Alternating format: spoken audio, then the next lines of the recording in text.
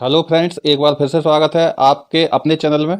मैं सत्येंद्र शुक्ला एक बार फिर आपके सामने हाजिर हूँ आज अपना एक नया टॉपिक लेकर। आप मेरे चैनल पर यदि नए हैं तो चैनल को सब्सक्राइब जरूर करें और दोस्तों वीडियो को लाइक करना ना भूलें। लाइक करें और ज़्यादा से ज़्यादा शेयर करें। दोस्तों कमेंट्स करके ये भी बताएं कि आपको मेरा वीडियो कैसा लगा।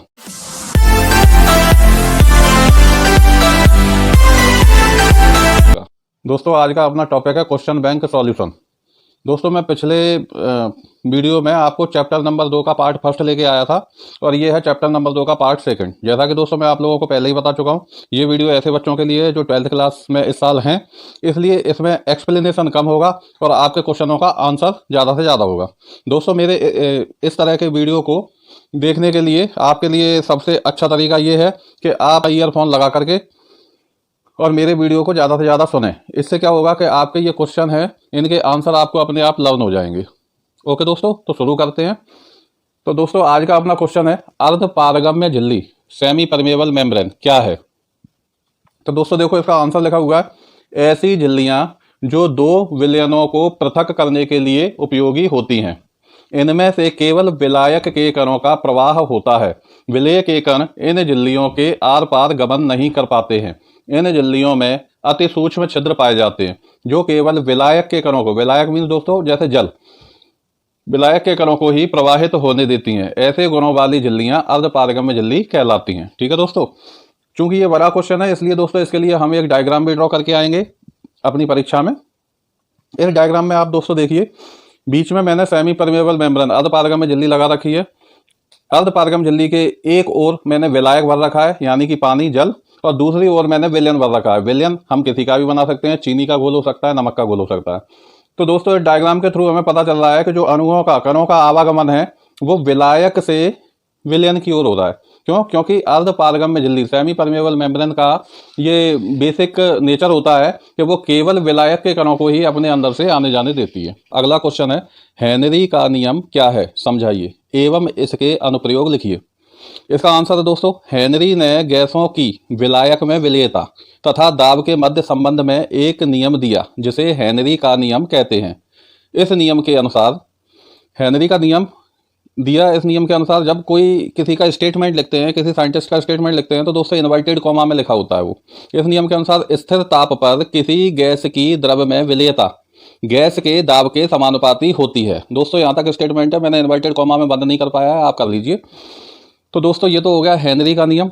अब इस नियम को गणितीय रूप में कैसे लिखेंगे तो दोस्तों माना कि किसी द्रव में गैस की मात्रा स्मॉल m ग्राम है, ये गैस की मात्रा है, जो विलयन के साथ साम्य अवस्था में गैस का दाब P है। तो हेनरी के नियम के अनुसार क्या होगा, small m proportional to P, m समानुपाती P, जहां m बराबर क्या है KHP। तो जब भी हम समानुपाती का निशान इक्वल्स टू बराबर के निशान से हटाते हैं तो कोई ना कोई नियतांक, स्थिरांक, कांस्टेंट आता है। तो ये KH क्या है, हेनरी का स्थिरांक है, हेनरी का कांस्टेंट। तो जब मैं m प्रोपोर्शनल टू P को m इक्वल टू P लिखूंगा तो मुझे एक स्थिरांक लगाना पड़ेगा जो होगा KH। KH क्या है, हेनरी का स्थिरांक। तो क्या हो गया, m is equal to KHP। इस नियम को दोस्तों इस तरीके से भी लिखा जा सकता है, m upon P is equal to KH। Example देखें दोस्तों, किसी शीतल पेय में घुली हुई CO2 गैस की मात्रा। शीतल पेय दोस्तों means cold drinks. Cold drinks में कौन सी गैस घुली होती है, CO2 की गैस घुली होती है। अब वो CO2 कितनी घुली होगी ये किस पर डिपेंड करती है, उस गैस के ऊपर आरोपित दाब पर निर्भर करती है, कितना दाब लगाया गया है। दोस्तों इस क्वेश्चन में एक और चीज पूछी गई है, हेनरी के नियम के अनुप्रयोग क्या है। अनुप्रयोग मतलब ये नियम हमें कहाँ कहाँ यूज में आता है। तो दोस्तों मैंने 3 अनुप्रयोग लिख रखे हैं इसके। नंबर 1, कार्बोनेटेड शीतल पेय के उत्पादन में। नंबर 2, गहरे समुद्र में श्वास लेने में। नंबर 3, अधिक ऊंचाई पर श्वास लेने में कठिनाई। तो दोस्तों ये इसके अनुप्रयोग हो गए। हेनरी के नियम में आपको जो ध्यान रखना है वो ये ध्यान रखना है कि स्थिर ताप पर यह नियम दिया गया है दोस्तों। मतलब अगर टेम्परेचर हमको कांस्टेंट रखना पड़ेगा, टेम्परेचर कम या ज्यादा करते हैं तो हेनरी का नियम काम नहीं करेगा। नेक्स्ट क्वेश्चन दोस्तों, परासरण एवं परासरण दाब किसे कहते हैं। दोस्तों इसका आंसर है परासरण। परासरण को अपन ऑस्मोसिस बोलते हैं। परासरण की डेफिनेशन क्या होगी, जब किसी विलयन को अर्धपारगम्य झिल्ली के द्वारा शुद्ध विलायक से अलग रखा जाता है तब विलायक के कण झिल्ली में से होकर विलयन की ओर जाने लगते हैं और तब तक जाते रहते हैं जब तक कि दोनों ओर विलयन का सांद्रण बराबर नहीं हो जाता। इस क्रिया को परासरण कहते हैं। तो दोस्तों समझ में आ रहा है, परासरण मीन्स क्या, हम एक विलायक यानी जल और नमक के घोल को, जैसा कि मैंने आपको पिछले क्वेश्चन में एक्सप्लेन किया था, सेमी परमेबल मेम्ब्रेन की सहायता से अलग अलग रख देते हैं, तो क्या होता है, विलायक के कणों अर्धपारगम में जल्दी से जाने लगते हैं विलयन की ओर, और वो तब तक गमन करते रहते हैं जब तक कि दोनों ओर की सांद्रता समान ना हो जाए। मतलब कि नमक का विलयन जो है, नमक जितना घुला हुआ था विलयन में उतना पूरा का पूरा दोनों ओर ना हो जाए, तब तक ये क्रिया चलती रहती है। विलायक के कण जल्दी से आर पार आते जाते रहते हैं। दोस्तों यही क्रिया क्या कहलाती है, परासन कहलाती है। इसी क्वेश्चन में छोटा सा पुटअप किया गया है कि परासन दाब ऑस्मोटिक प्रेशर क्या है। तो इसकी डेफिनेशन देखो दोस्तों, पहले परासन की क्रिया को रोकने के लिए विलयन पर जो बाहरी दाब लगाया जाता है वह परासरण दाब कहलाता है। इसका मतलब क्या है दोस्तों, परासन दाब की डेफिनेशन बड़ी सिंपल है। ये जो परासन की क्रिया चल रही है, इसको यदि मुझे रोकना है तो मैं क्या करूंगा, जो विलयन है उस विलयन पर कोई बाहरी दाब आरोपित करूंगा, जिसकी वजह से क्या होगा, अर्धपारगम में झिल्ली में से जो विलायक के कण आ रहे थे उनका आवागमन रुक जाएगा, यानी कि परासन की क्रिया रुक जाएगी। तो यही दाब क्या कहलाता है, परासन दाब कहलाता है। अगला क्वेश्चन है, परासरण एवं विसरण में अंतर समझाइए। तो देखिए दोस्तों, परासरण, ऑस्मोसिस, विसरण यानी डिफ्यूजन। पहला पॉइंट है, परासरण विलयनों का गुणधर्म है। मतलब परासरण की क्रिया केवल विलयनों में यानी कि द्रवों में पाई जाती है, जबकि विसरण गैसों तथा द्रवों दोनों में होता है। विसरण गैसों में भी होता है, द्रवों में भी होता है। दोस्तों जैसे हम कमरे में अगरबत्ती लगा देते हैं तो अगरबत्ती की खुशबू पूरे कमरे में फैल जाती है, ये क्रिया क्या कहलाती है, विसरण कहलाती है। सेकेंड आते हैं, इस क्रिया में अर्धपारगम में झिल्ली की आवश्यकता होती है। परासरण की क्रिया में अर्धपारगम में झिल्ली की आवश्यकता होती है, अभी देखा था हमने पिछले क्वेश्चन में। विसरण में क्या लिखना है दोस्तों अपने को, विसरण की क्रिया में अर्धपारगम में झिल्ली की आवश्यकता नहीं होती है।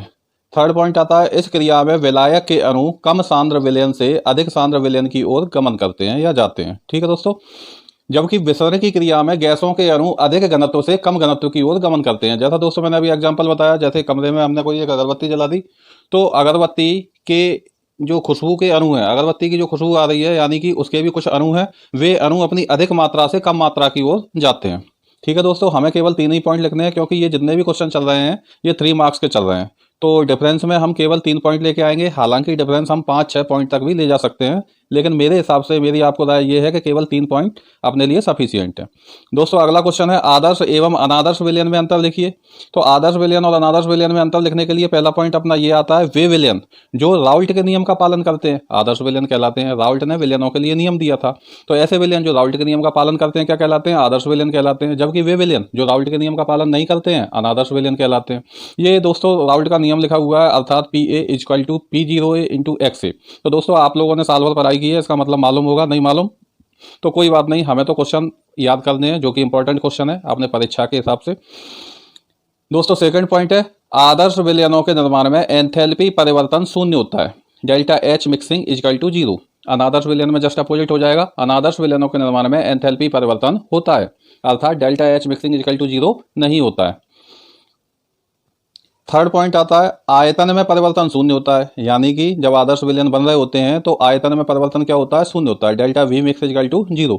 जबकि अनादर्श विलयनों का जब निर्माण किया जाता है तो आयतन में कुछ ना कुछ परिवर्तन होता है, अर्थात ΔV मिक्स = नहीं है 0 के। नेक्स्ट, समपराशरीय विलयन किसे कहते हैं, वे विलयन जिनका परासरण दाब समान होता है, अर्थात 2 विलयनों का ऐसा जोड़ा जिन्हें अर्धपारगम में झिल्ली से पृथक रखने पर विलायक के अणुओं में कोई प्रवाह देखने को नहीं मिलता है, समपराशरीय विलयन कहलाते हैं।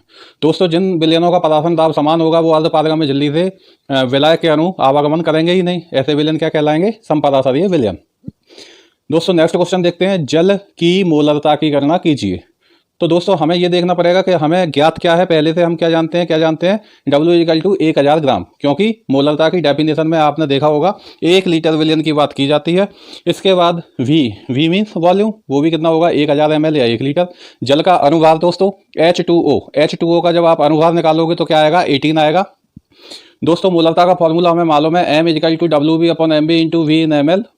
यदि V ml में है तो ऊपर 1000 से अपन गुना करते हैं। तो दोस्तों ये सारी वैल्यू पुटअप की मैंने इस फार्मूले में, M = WB कितना है अपने पास 1000 × 1000, MB कितना निकाला था अभी हमने 18 × V वॉल्यूम क्या है 1000। 1000 से 1000 कैंसिल होता है। उसके बाद जब आप 18 का भाग करोगे 1000 में तो आपका आंसर आएगा 55.55। ये है जल की मोलरता। दोस्तों नेक्स्ट क्वेश्चन देखिए आप लोग, ठंडे देशों में गाड़ी के रेडिएटर में जल के साथ ग्लाइकोल का प्रयोग करते हैं क्यों। दोस्तों जो क्वेश्चन कहीं नहीं मिलेंगे वो अपने पास मिलेंगे। देखिए आप इसका आंसर क्या है। आंसर लिखते समय दोस्तों एक बात याद रखें, बोर्ड पर थोड़ी सी जगह कम थी, इसलिए मैंने थोड़ी सी कंजूसी की है। जब इस क्वेश्चन का आंसर लिख रहे होंगे तो सबसे पहले हमें क्वेश्चन की भाषा ही लिखनी है। जैसे देखें दोस्तों, आंसर लिख रहा हूं मैं। ठंडे देशों में गाड़ी के रेडिएटर में जल के साथ ग्लाइकॉल का प्रयोग करते हैं, क्योंकि ग्लाइकॉल जल के हिमांक को कम कर देता है। अतः जल द्रव अवस्था में ही रहता है, ठोस अवस्था यानी कि बर्फ ठोस अवस्था में परिवर्तित नहीं हो पाता है। तो यहाँ क्या कर रहा है ग्लाइकॉल जल के हिमांक में अवनमन कर रहा है दोस्तों। ठीक है, तो दोस्तों ये चैप्टर काफ़ी लंबा था, लेकिन आज ये ख़त्म होता है। मैं आपको नेक्स्ट वीडियो में मिलता हूँ चैप्टर नंबर 3 इलेक्ट्रोकेमिस्ट्री के सॉल्यूशन के साथ। तब तक के लिए दोस्तों मेरे साथ बने रहिए। धन्यवाद। जय हिंद।